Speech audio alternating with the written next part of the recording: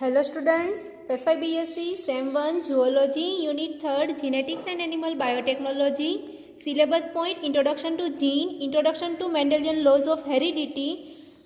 Introduction to જીનનો meaning થશે કે જીન શું છે. Introduction to Mendelian laws of heredity means કે મેન્ડલ છે એને આનુવંશિકતા માટે વટાણાના છોડ ઉપર ઘણા બધા પ્રયોગો કર્યા હતા અને એના ઉપરથી એને ઘણા બધા રૂલ્સ તારવ્યા હતા. તો એ જે રૂલ્સને કહેવાય છે મેન્ડેલિયન લોઝ, એટલે કે આનુવંશિકતા માટે મેન્ડલે તારવેલા નિયમો. Third, monohybrid and dihybrid cross એટલે કે એક સંકરણ અને દ્વિસંકરણના પ્રયોગો. ફોર્થ, ઇનકમ્પ્લીટ ડોમિનન્સ એટલે કે અપૂર્ણ પ્રભુતા, example Mirabilis jalapa. Fifth, codominance એટલે કે સહસંલગ્નતા. સિક્સ, મલ્ટિપલ એલિલ્સ એટલે કે બહુવૈકલ્પિક કારકો, example ABO blood group in a humans and RH factor according to erythroblastosis fetalis in a newborn baby. Seventh, polygenic inheritance, example skin colour in a humans. 8, lethal gene, example thalassemia and yellow coat colour in a mice. Today we will discuss introduction to gene. See here, animal cell છે કે જેની અંદર nucleus present છે. Nucleus એટલે કે કોષ કેન્દ્ર. આ જે કોષ કેન્દ્ર છે એ કોષ કેન્દ્રની અંદર જો આપણે હ્યુમનને લઈને વાત કરીએ તો એની અંદર શું પ્રેઝન્ટ હશે તો કે 23 જોડ રંગસૂત્રો પ્રેઝન્ટ હશે. અને આ રંગસૂત્ર ક્યારે દેખાવાના છે સેલની અંદર કે આપણે એને માઇક્રોસ્કોપિક રીતે જોઈ શકીએ તો કે તમને ખ્યાલ જ હશે કે જ્યારે સેલ ડિવિઝન થશે એટલે કે કોષ વિભાજન થશે ત્યારે એની અંદર G1 phase, S phase, G2 phase અને M ફેજ આવશે. M ફેજ એટલે કે સેલ ડિવાઈડ થશે ત્યારે જે રંગસૂત્ર છે એ એટલા બધા કન્ડેન્સ થયેલા હોય કે જેને આપણે માઇક્રોસ્કોપની અંદર સરખી રીતે જોઈ શકાય. એટલે કે M ફેજની અંદર રંગસૂત્રને આપણે વ્યવસ્થિત રીતે જોઈ શકીએ છીએ. તો કે કેટલા રંગસૂત્ર હશે તો કે 23 જોડ. હવે એ 23 જોડ રંગસૂત્ર છે એને આપણે દેખાડીએ તો આ આખાને શું કહેવાશે તો કે રંગસૂત્ર. કેટલા જોડી હશે તો કે 23 જોડ હ્યુમનની અંદર. એ રંગસૂત્રની આપણે વાત કરીએ તો આને કહેવાય રંગસૂત્રિકા. હવે આ જે રંગસૂત્રિકા છે એ શેની બનેલી છે તો કે ન્યુક્લિયો પ્રોટીન્સની બનેલી છે. હવે ન્યુક્લિયો પ્રોટીન છે તો એની અંદર બે ઘટક છે. એક જેને કહેવાય ન્યુક્લિક એસિડ અને બીજું કે જેને કહેવાય પ્રોટીન્સ.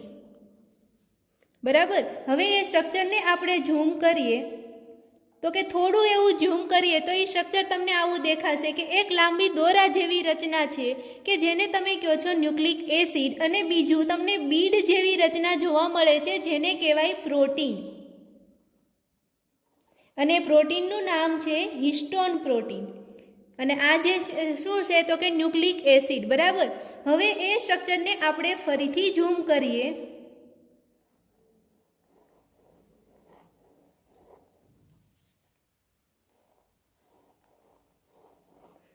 તો કે જ્યાં જ્યાં તમારી આવી રચના થાય છે ત્યાં વચ્ચે વચ્ચે હિસ્ટોન પ્રોટીન આવેલા હશે.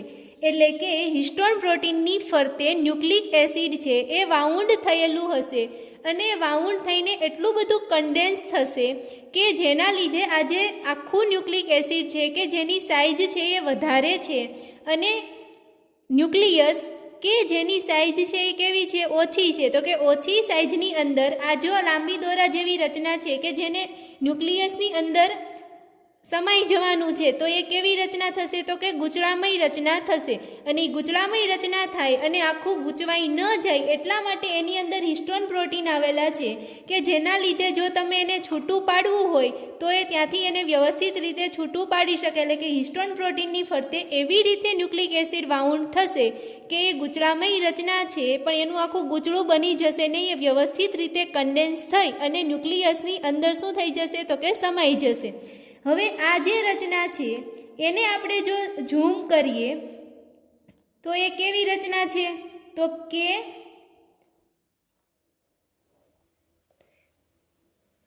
એની અંદર ડીએનએ છે કેવું છે તો કે ડબલ હેલિક્સ રચના છે.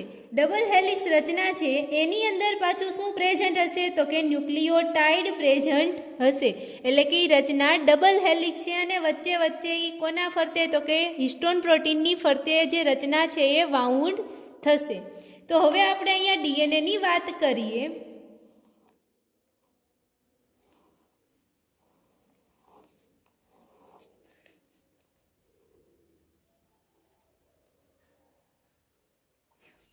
તો કે ડીએનએની અંદર ન્યુક્લિયોટાઇડ પ્રેઝન્ટ છે, ડબલ હેલિક્સ રચના છે 3' to 5' એન્ડ 5' to 3'. હવે આ જે ડબલ હેલિક્સ રચના છે તો કે ત્યાં ન્યુક્લિયોટાઇડ પ્રેઝન્ટ છે. આખા ડીએનએમાંથી સપોઝ કે તમે ધારી લો કે અહીંયાથી અહીંયા સુધીની જે જીન સિક્વન્સ છે એટલે કે ડીએનએની અંદર ન્યુક્લિયોટાઇડ પ્રેઝન્ટ હશે અને અહીંયા સુધીની જે ન્યુક્લિયોટાઇડ સિક્વન્સ છે કે જે કોઈ પ્રોટીન બનાવવા માટે જરૂરી છે અથવા તો કોઈ લક્ષણ એટલે કે પિતૃપેઢીમાંથી એના સંતતિમાં જે તે લક્ષણ ઉતરી આવે છે તો એ લક્ષણ માટે કેવી છે તો કે જવાબદાર સિક્વન્સ છે. તો ડીએનએમાંથી આટલી સિક્વન્સને કહેવાય જીન. રાઈટ. તો કે જીન કોને કહેવાય તો કે જે ડબલ હેલિક્સ ડીએનએ છે એ ડબલ હેલિક્સ ડીએનએથી આખું શું બનવાનું છે તમને અહીંયા વાત કરી કે ડબલ હેલિક્સ ડીએનએ છે એ આખું કન્ડેન્સ થયું હશે હિસ્ટોન પ્રોટીનની ફરતે તો એને કહેવાશે ન્યુક્લિયો પ્રોટીન. ન્યુક્લિયો પ્રોટીનમાં પ્રોટીન હશે એને હિસ્ટોન પ્રોટીન અને જે ન્યુક્લિક એસિડ હશે એ ન્યુક્લિક એસિડમાં બે હોય ક્યાં તો ડીએનએ હોય અથવા તો આરએનએ હોય પણ મોસ્ટલી બધા જ સજીવની અંદર ડીએનએ હોય છે એ જે જનીનિક દ્રવ્ય એટલે કે ડીએનએની અંદર એવી સ્પેસિફિક જીન સિક્વન્સ હશે એટલે કે સ્પેસિફિક ન્યુક્લિયોટાઇડની સિક્વન્સ હશે કે જે લક્ષણ કેરી કરવા માટે રિસ્પોન્સિબલ છે તો આટલી સિક્વન્સને કહેવાય જીન. અને એનાથી બનશે આખું ક્રોમેટિડ અને ક્રોમેટિડથી શું બનવાનું છે તો કે રંગસૂત્ર.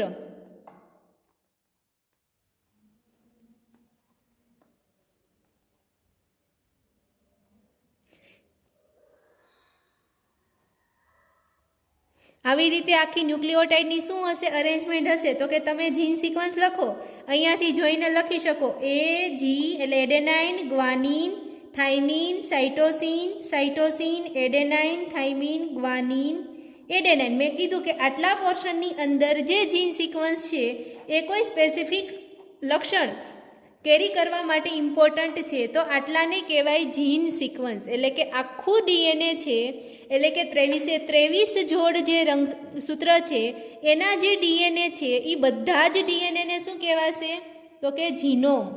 જીનોમ કેમાંથી હશે તો કે ક્રોમેટિડ. ક્રોમેટિડથી મોટું કોણ તો કે ક્રોમોઝોમ. એટલે કે ક્રોમોઝોમની અંદર શું હશે તો કે બધા જ ડીએનએ 23 જોડના એ 23 જોડની ક્રોમેટિડ કેટલી બનવાની છે તો કે 46 અને એના જીનોમ એટલે કે ક્રોમોઝોમ આખું જ ડીએનએનું બને છે તો એ આખાને શું કહેવાશે જીનોમ. એટલે કે બધી જ ન્યુક્લિયોટાઇડ જે છે એ સિક્વન્સનો સરવાળો.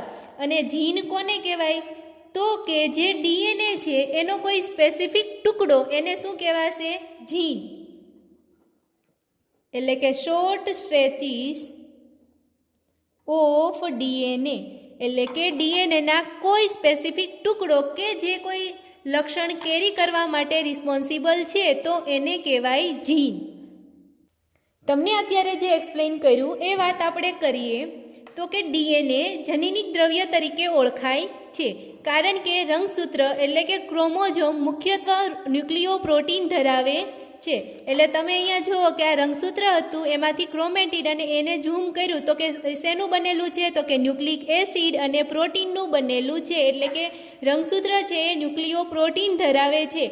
ન્યુક્લિયોનો મિનિંગ થશે કે ન્યુક્લિક એસિડ અને પ્રોટીનનો મિનિંગ થશે કે હિસ્ટોન પ્રોટીનની ફરતે આપણું ન્યુક્લિક એસિડ વાઉન્ડ થશે કે જેના લીધે જે આખું કન્ડેન્સ થશે ત્યારે કોઈ ગૂંચળું બની જઈને ને જ્યારે આપણે એને છૂટું પડવું હોય તો એ વ્યવસ્થિત દોરાની જેમ છૂટું પડી શકે એટલા માટે. અને અહીંયા મેં ન્યુક્લિક એસિડ તમને એક જ હેલિક્સ જેમ બતાવેલું છે પણ એ રિયલી કેટલા હેલિક્સવાળું છે તો કે ડબલ હેલિક્સવાળું સ્ટ્રક્ચર છે.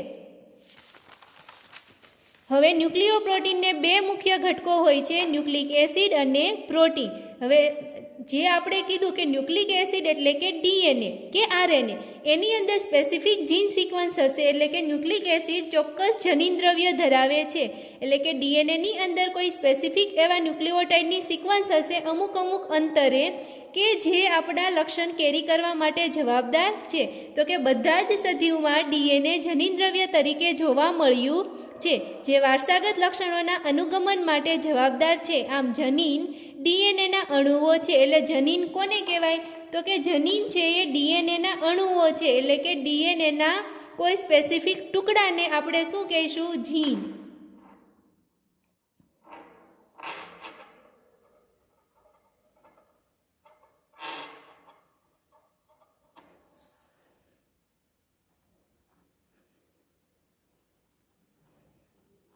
પણ ડીએનએની અંદર શું પ્રેઝન્ટ હશે? તો કે ન્યુક્લિઓટાઇડ પ્રેઝન્ટ હશે, એટલે કે ન્યુક્લિઓટાઇડની પર્ટિક્યુલર સિક્વન્સ હશે કે જે કોઈ લક્ષણ પિતૃપેઢીમાંથી સંતતિમાં કેરી કરવા માટે રિસ્પોન્સિબલ છે, અથવા તો એ કોઈ પ્રોટીન બનાવવા માટે રિસ્પોન્સિબલ છે.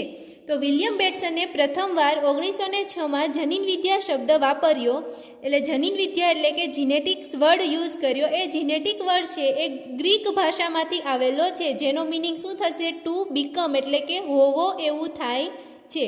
અને જીવવિજ્ઞાનની જ જનીનવિદ્યા છે એક શાખા છે. આનુવંશિકતા કોને કહેવાય? તો કે આનુવંશિકતા એટલે માતા પિતાના લક્ષણો સંતતિમાં ઉતરી આવવાની ઘટના. અને ભિન્નતા કોને કહેવાય? તો કે કોઈ એક જ જાતિના બે સજીવો વચ્ચે જુદાપણાને ભિન્નતા કહેવાય છે, એટલે કે એક જ જાતિના બે સજીવોમાં કોઈ લક્ષણો અલગ અલગ હશે તો એને શું કહેવાશે? તો કે ભિન્નતા.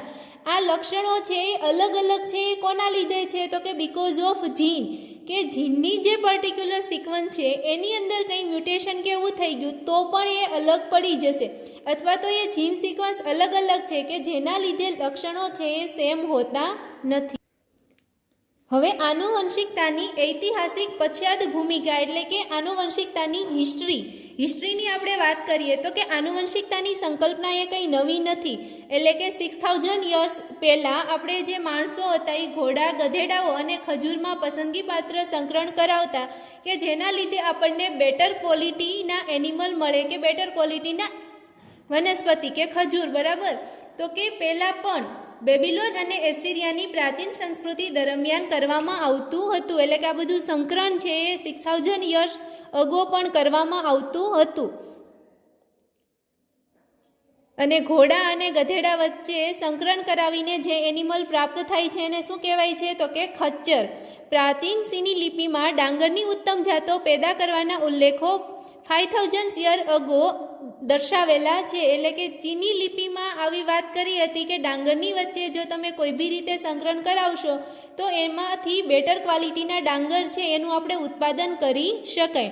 હિપોક્રેટ્સ માનતા હતા કે લક્ષણો પિતૃઓ દ્વારા વારસામાં આવે છે, કારણ કે પ્રજનનીય દ્રવ્ય વ્યક્તિના દરેક અંગમાંથી મોકલવામાં આવે છે, એટલે કે શુક્રપિંડ અને અંડપિંડ વચ્ચે ફલન થઈ અને એમાંથી બેબી ડેવલપ થાય છે. તો એ શુક્રપિંડ ને અંડપિંડની અંદર પણ શું હશે? તો કે ન્યુક્લિયસ હોય, એની અંદર પણ DNA as a genetic material present હશે, એટલે કે પ્રજનનીય દ્રવ્ય એ વ્યક્તિના દરેક અંગમાંથી મોકલવામાં આવે છે.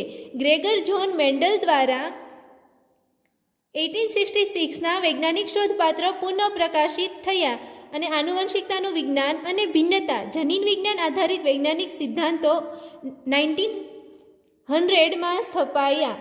એટલે કે ગ્રેગર જોન મેન્ડલ છે એને વટાણા ઉપર ઘણા બધા પ્રયોગો કર્યા હતા, પણ એ પ્રયોગોને ત્યારે એટલું બધું એ પ્રકાશિત થયા નહોતા કે એને સત્ય માનવામાં આવ્યા ન હતા.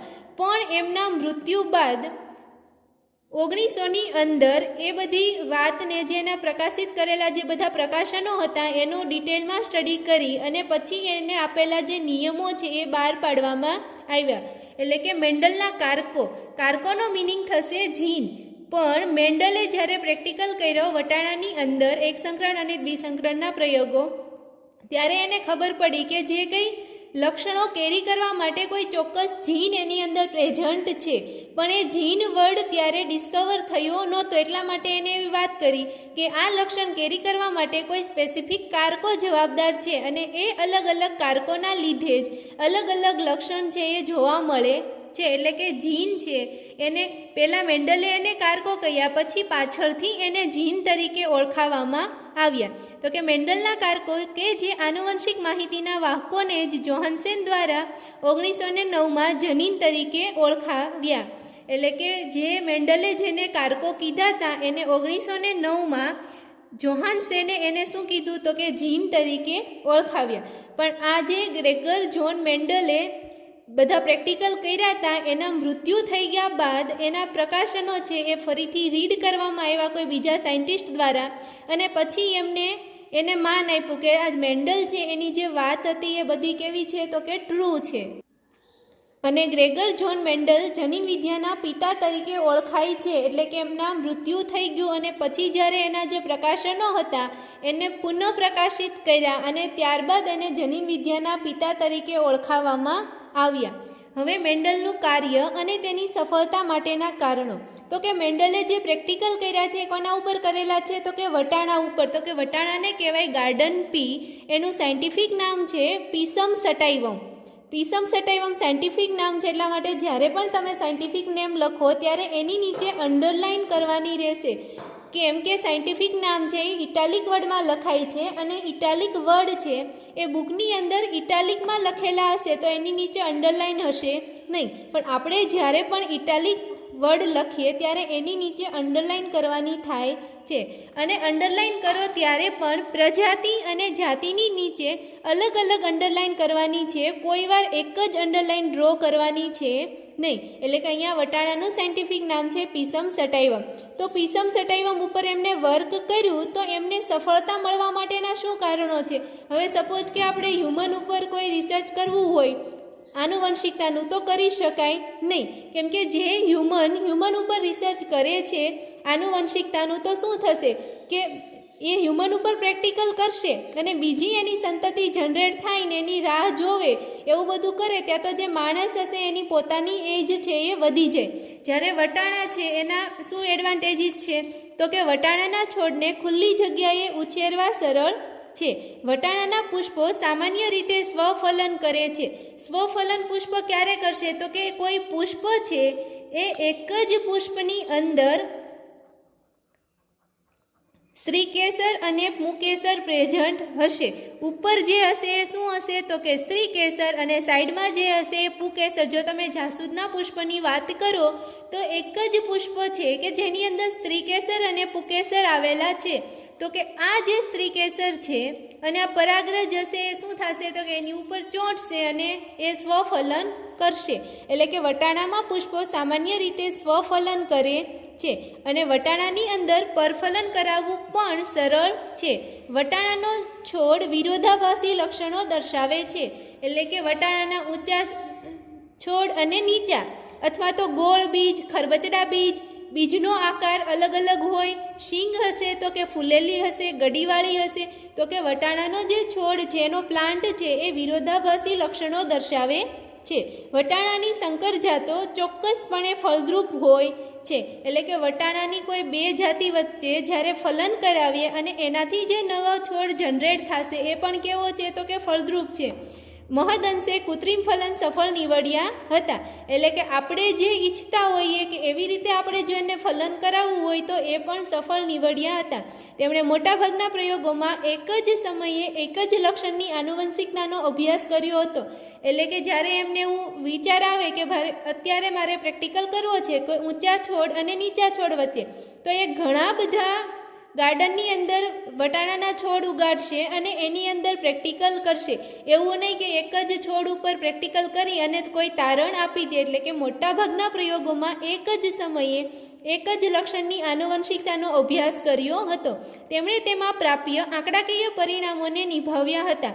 એટલે કે ઝાઝા બધા છોડ ગાર્ડનમાં એકસાથે ઉગાડે અને એના પછી શું તારણ આવશે એ તારવે. એટલે કે એને જે આંકડાકીય માહિતી મળતી હતી અને એ આંકડાકીય માહિતી કે જે રેશિયો હતો એને ઘણા બધા અંશે મદદરૂપ થયો હતો.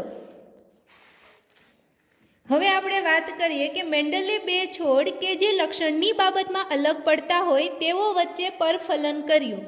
એટલે કે બે છોડ લીધા આપણે એક સંકરણના પ્રયોગની વાત કરશું ત્યારે કહીશું કે એક ઊંચો છોડ અને બીજો નીચો છોડ, તો કે એ જે છોડ છે એ લક્ષણની બાબતમાં અલગ પડે છે, ઊંચો અને નીચા. તો કે એમના વચ્ચે શું કરાવે છે તો કે પરફલન એટલે કે સ્વફલન કરાવતા નથી. એટલે કે ઊંચા છોડ હશે એમાંથી જે નીચા છોડ હોય એની પરાગરજને એની ઉપર છાંટવામાં આવશે, એવી રીતે પરફલન કરાવશે. એટલે કે બંનેના પુષ્પો અલગ અલગમાંથી સ્ત્રીકેસર અને પુંકેસર લેવામાં આવે. હવે એક્ઝામ્પલ લક્ષણની વાત કરીએ તો કે પુષ્પનું સ્થાન, પ્રકાંડની ઊંચાઈ, બીજનો રંગ, આવા ઘણા બધા લક્ષણો છે. એ બધા વચ્ચે શું કરાવે છે તો કે પરફલન. આ છોડને પિતૃ છોડ કહ્યા. એટલે કે સૌપ્રથમ જે પહેલી પેઢીના છોડ હશે એને શું કહેવાશે તો કે પિતૃ છોડ, અને તેની માટે સંજ્ઞા કઈ વાપરી તો કે પી. હવે એ પી સંજ્ઞા પછીની જે પ્રથમ સંતતિની પેઢી આવે એને કહેવાય F1. એટલે કે જે પી છોડ હશે એમની વચ્ચે પરફલન કરાવીને જે છોડ મળશે એને કહેવાય F1. અને આ જે F1 પેઢી છે એના પછી એને એમના વચ્ચે સ્વફલન કરાવે અથવા તો પરફલન કરાવે. અહીંયા જે પિતૃ પેઢી છે એમના વચ્ચે પરફલન કરાવે અને F1 પેઢી મળી જાય એના પછી સ્વફલન કે પરફલન કરાવી અને એમના જે સંતતિની પેઢી મળશે, આ પિતૃ પેઢી, પ્રથમ સંતતિની પેઢી, અને જે પછીથી મળશે એને કહેવાય F2 એટલે કે દ્વિતીય સંતતિની પેઢી. તો આપણે અત્યારે વાત કરી કે મેન્ડલને શું કામ પ્રેક્ટિકલની અંદર સફળતા મળી હતી, તો કે વટાણાના છોડ હતા એની બધી ઘણી બધી જનરેશન આપણે લઈ શકીએ આપણા જીવનકાળ દરમિયાન પ્રેક્ટિકલ કરવા માટે. ખુલ્લી જગ્યાએ સારી રીતે ઉછેર કરી શકાય. એની કૃત્રિમ જે પછી ફલન કરાવીએ એ પણ ફળદ્રુપ છે. પરફલન પણ આપણે કરાવી શકીએ ઇઝીલી, સ્વફલન પણ કરાવી શકીએ છીએ ઇઝીલી. આ બધા લક્ષણને લઈને એને વટાણાના છોડ છે એને પસંદ કરી અને એમાંથી એને સફળતા મળી હતી. હવે પીનો મિનિંગ થશે પિતૃ પેઢી, F1નો મિનિંગ થશે કે પ્રથમ સંતતિની પેઢી અને F2નો મિનિંગ થશે દ્વિતીય સંતતિની પેઢી.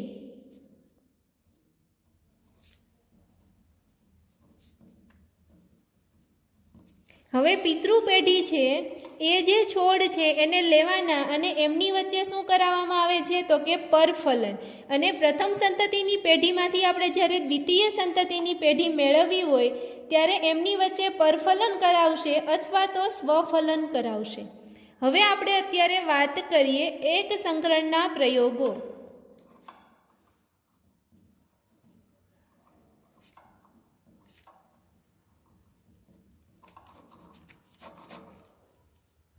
હવે એક સંકરણના પ્રયોગ કોને કહેવાય તો કે એક સંકરણનો મિનિંગ થશે કે જે પ્રયોગમાં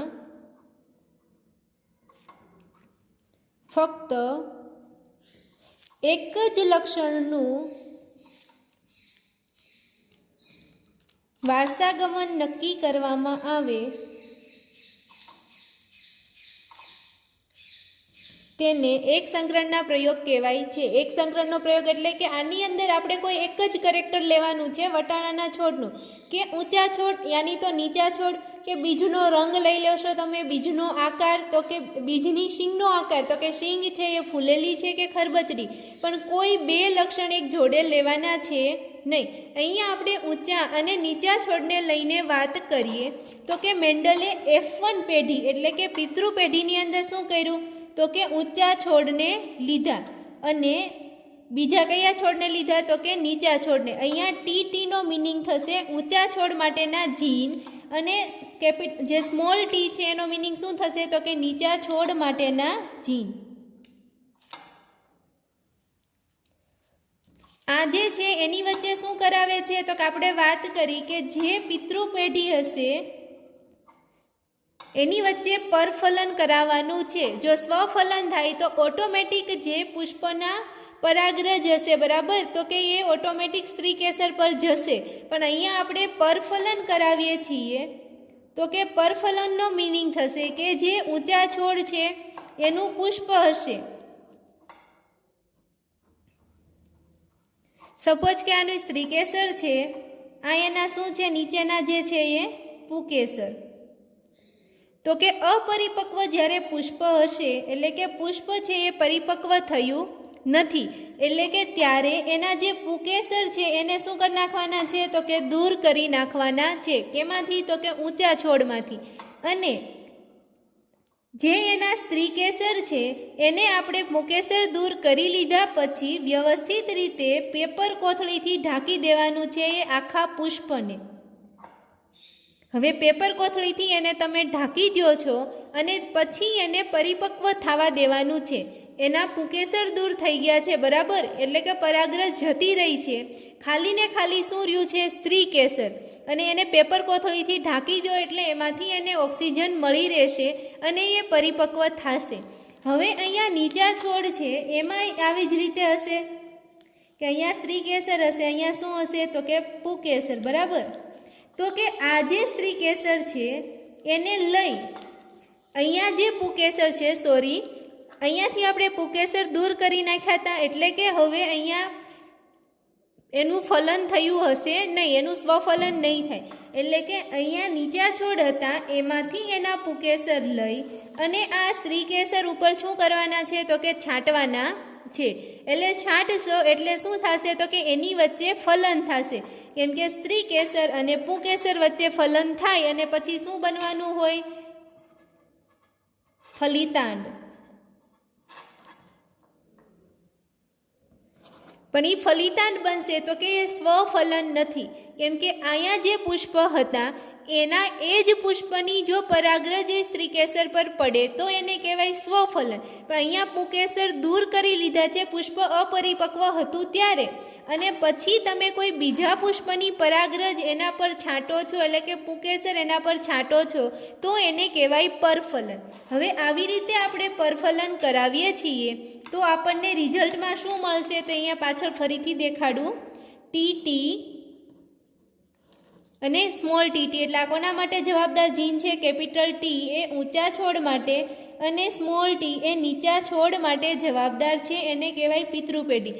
એની વચ્ચે પરફલન કરાવવાની તમે લોકોએ વાત કરી લીધી કે ઊંચા છોડ હશે એમાંથી શું રિમૂવ કરવાનું છે? તો કે પુંકેસર દૂર કરવામાં આવે છે અને પેપર કોથળીથી ઢાંકવાનું. જ્યારે એ પરિપક્વ થશે ત્યારે નીચા છોડમાંથી પુંકેસર લઈ અને એની ઉપર છાંટવામાં આવશે એટલે એનું શું થશે? તો કે ફલન થશે. એ ફલનને કહેવાય પરફલન અને એમાંથી બનશે ફલિતાંડ.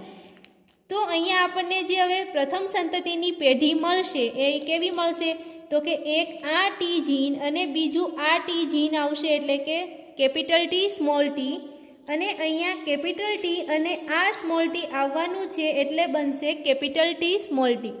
હવે અહીંયા એક વાત યાદ રાખવાની કે જ્યાં સુધી કેપિટલ ટી પ્રેઝન્ટ હશે ત્યાં સુધી જે સ્મોલ ટી જીન છે એની નીચા છોડ માટેની જે અસર છે એ લક્ષણ છે એનું પ્રભાવિત કરી શકશે નહીં.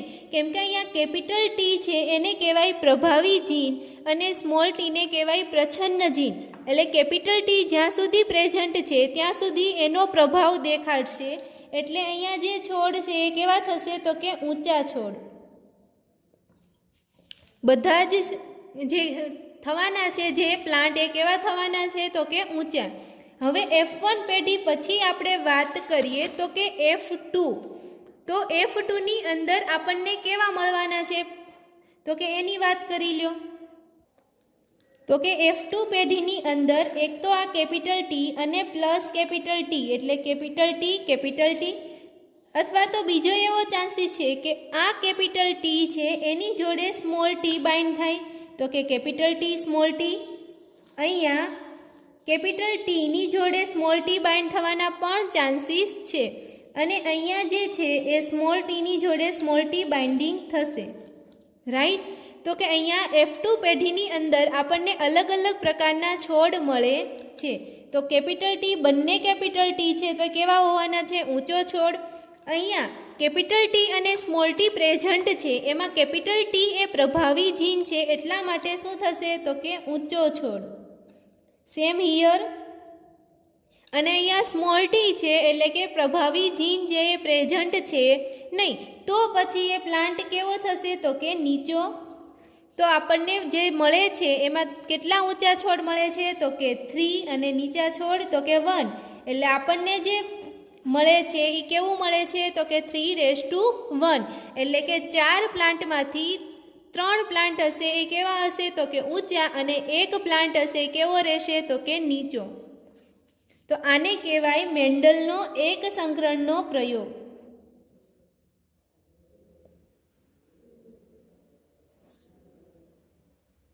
એટલે કે મેન્ડલે આ પ્રેક્ટિકલ છે એવું નથી કે ખાલી એને એક જ લક્ષણ માટે કર્યા કે ઊંચા છોડ અને નીચા છોડ માટે. આ જે પ્રેક્ટિકલ છે એને ઘણા બધા લક્ષણ માટે કર્યા, જેમ કે બીજની શીંગનો રંગ, બીજના દાણાનો આકાર કેવો છે, બીજનો રંગ કેવો છે, પુષ્પનું સ્થાન કેવું છે.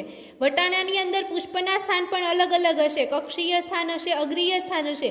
તો અલગ અલગ લક્ષણ માટે પ્રેક્ટિકલ કર્યા, પણ જે લક્ષણ માટે પ્રેક્ટિકલ કરે એ એક જ લક્ષણ હોય. કેમ કે ઊંચાઈ માટે, હાઇટ માટે પ્રેક્ટિકલ કરે છે તો કે છોડ ઊંચો કે નીચો છે.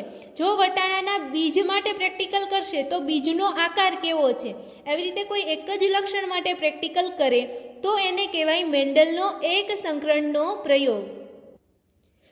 હવે આપણે અહીંયા વાત કરી હતી પ્રેક્ટિકલમાં કે ઊંચા અને નીચા છોડ વચ્ચે પરફલન કરાવવું, તો એ કઈ રીતે કરાવવું કે પરાગરજ દૂર કરી પેપર કોથળી ઢાંકવાની, પુષ્પ પરિપક્વ થાય પછી શું કરવાનું છે તો કે નીચા છોડ ઉપરથી પરાગરજ એના ઉપર ઢાંકી અને સ્વફલન કરાવવાનું છે.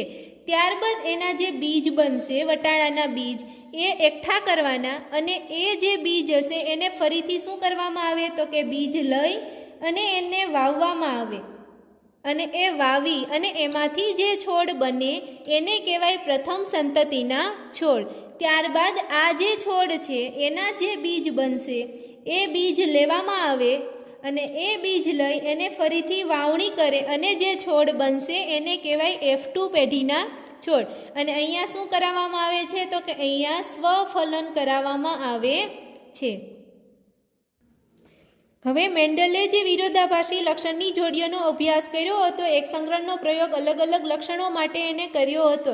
જસ્ટ એવું નથી કે એને પ્રકાંડની લંબાઈ માટે જ કરેલો હતો, એટલે કે છોડની ઊંચાઈ માટે કરેલો હતો પ્રેક્ટિકલ, એવું છે નહીં. તો એ કયા કયા લક્ષણો છે તો કે પ્રકાંડની લંબાઈ, પુષ્પનું યોગ્ય સ્થાન, કક્ષીય કે અગ્રસ્થ, શીંગનો રંગ લીલો કે પીળો, શીંગનો આકાર ફૂલેલી કે મણકામય, બીજનો આકાર ગોળ ખરબચડો, બીજાવરણનો રંગ રંગીન કે સફેદ, બીજનો રંગ પીળો અને લીલો અને પુષ્પનો રંગ તો કે જાંબલી કે સફેદ. તો આવા અલગ અલગ 8 લક્ષણો માટે એને એક સંકરણનો પ્રેક્ટિકલ કર્યો. પણ જ્યારે એ પ્રકારની લંબાઈ માટે પ્રેક્ટિકલ કરે ત્યારે બીજા કોઈ લક્ષણનો જોડે પ્રેક્ટિકલ કરશે નહીં. અને ઘણા બધા છોડને એક સાથે ઉગાડવામાં આવે અને એક જ સમયે ઉગાડવામાં આવે. એટલે કે મેન્ડલને જે પરિણામ પ્રાપ્ત થયેલ એ કેવા હતા તો કે 3:1 પ્રમાણમાં હતા. એટલે કે 3 છોડ ઊંચા હતા અને એક છોડ કેવો હતો તો કે નીચો. આ મેન્ડલના એકબીજાથી જુદા પડતા લક્ષણોનો વિવિધ રીતે કારકો કે જનીનો તરીકે ઓળખવામાં આવે છે. અહીંયા તમને કારકની વાત કરી કે કેપિટલ ટી અને સ્મોલ ટી છે એને શું કહે છે, કારક અથવા તો જનીન. વિલિયમ બેટ્સને તેમને એલિલોમોર્ફ અથવા વૈકલ્પિક કારક અલીલ તરીકે નામ આપેલ છે. વિલિયમ બેટ્સન એને શું કહેતા હતા તો કે અલીલ કહેતા હતા, કે એક જ લક્ષણ માટે અલગ અલગ જીન છે એ પ્રેઝન્ટ છે. આમ મેન્ડલે તેના એક સંકરણના વારસાગમનના અવલોકનો અને તેની સમજણને આધારે 2 સામાન્ય નિયમો રજૂ કર્યા, જે આનુવંશિકતાના સિદ્ધાંતો કે નિયમો કહેવાય છે. એટલે આપણે જે સિલેબસનો પોઈન્ટ છે કે introduction to Mendelian laws of heredity, તો એ નિયમ છે એક તો પ્રભુતાનો નિયમ અને બીજો વિશ્લેષણનો નિયમ, અને થર્ડ હજી એક નિયમ છે મુક્ત વિશ્લેષણનો નિયમ. પણ એ જ્યારે આપણે દ્વિસંકરણનો પ્રયોગ ભણીએ મેન્ડલનો ત્યાર પછી સ્ટડી કરવાનો છે. એટલે અત્યારે આપણે ટોટલ 2 નિયમ જોઈએ. ફર્સ્ટ પ્રભુતાનો નિયમ અને સેકન્ડ વિશ્લેષણનો નિયમ. ફર્સ્ટ પ્રભુતાનો નિયમ. પ્રભુતાના નિયમની અંદર મેન્ડલ વાત કરે છે કે કોઈ એક જ લક્ષણની જો આપણે વાત કરીએ તો કે કોઈ એક લક્ષણ માટેના 2 વૈકલ્પિક કારકો છે. હવે આપણે અહીંયા એક લક્ષણ લઈએ છીએ પ્રકાંડની લંબાઈ, કે જે આપણે એક સંકરણ પ્રયોગમાં વાત કરી. તો પ્રકાંડની લંબાઈ માટેના 2 વૈકલ્પિક કારકો છે. એક છે કેપિટલ ટી અને બીજું છે સ્મોલ ટી. અહીંયા કેપિટલ ટી છે એ ઊંચા છોડ માટે જવાબદાર છે અને સ્મોલ ટી કેવા છોડ માટે જવાબદાર છે તો કે નીચા છોડ માટે જવાબદાર છે.